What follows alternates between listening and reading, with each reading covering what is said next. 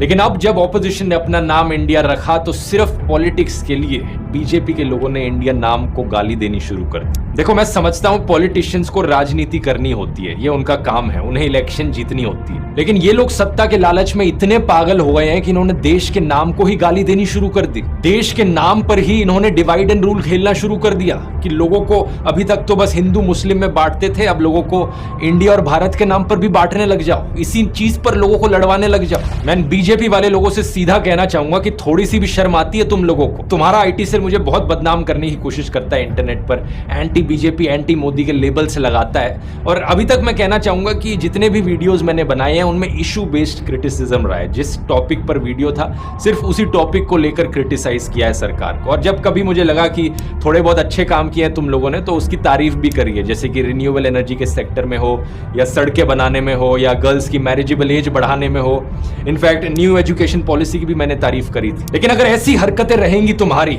देश के नाम को गाली कहोगे, देश के नाम को बदनाम करने के लिए फर्जी खबरें फैलाओगे, तो मैं खुलकर तुम्हारा सिर्फ और सिर्फ ऑपोजिशन ही करूंगा। कोई भी बीजेपी सपोर्टर यहां पर अगर अपने मन में बहाना बनाए बैठे हैं कि नहीं यार भारत नाम तो इसके पीछे कई और कारण है, कुछ और रीजन है ये भारत नाम को प्रमोट करने के लिए, बेवकूफ मत बनाओ अपने आप को। आज अगर ऑपोजिशन अलायंस का नाम भारत होता तो ये भारत नाम को भी गाली देना शुरू कर देते, बिल्कुल इसी तरीके से। इन झूठों पर अब एक नजर डालते हैं जो झूठ ये फैला रहे हैं सोशल मीडिया में इंडिया नाम को बदनाम करने के लिए। फॉर्मर इंडियन क्रिकेटर और कमला पसंद के brand ambassador Virendra Sehwag tweet करते हैं, it has been long overdue to get our original name Bharat back. Virendra Sehwag tweet में लिखते हैं कि इन्हें बड़ी सेटिस्फैक्शन मिलेगी अगर देश को भारत करके एड्रेस किया जाएगा। सहवाग भाई, कभी कॉन्स्टिट्यूशन पढ़ा है?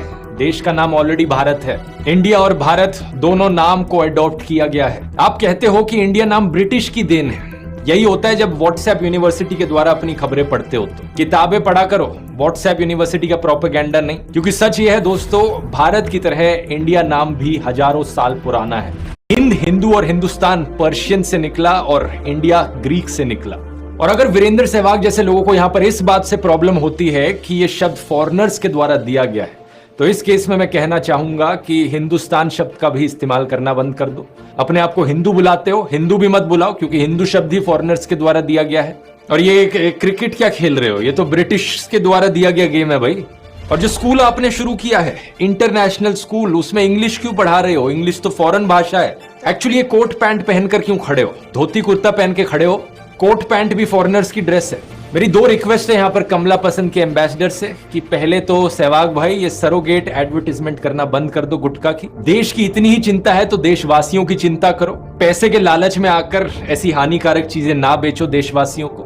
दूसरा, अगर आपको भारत नाम यूज करना है तो फ्रीली करो, आप, किसी ने मना नहीं किया। भारत इंडिया का one of the official names है, लेकिन देश के दूसरे ऑफिशियल नाम के खिलाफ नफरत मत फैलाओ। याद करो जब आप इंडिया की जर्सी पहनते थे, बड़े बड़े लेटर्स में इंडिया लिखा होता था। क्या आपको शर्म आती थी वो पहनने में?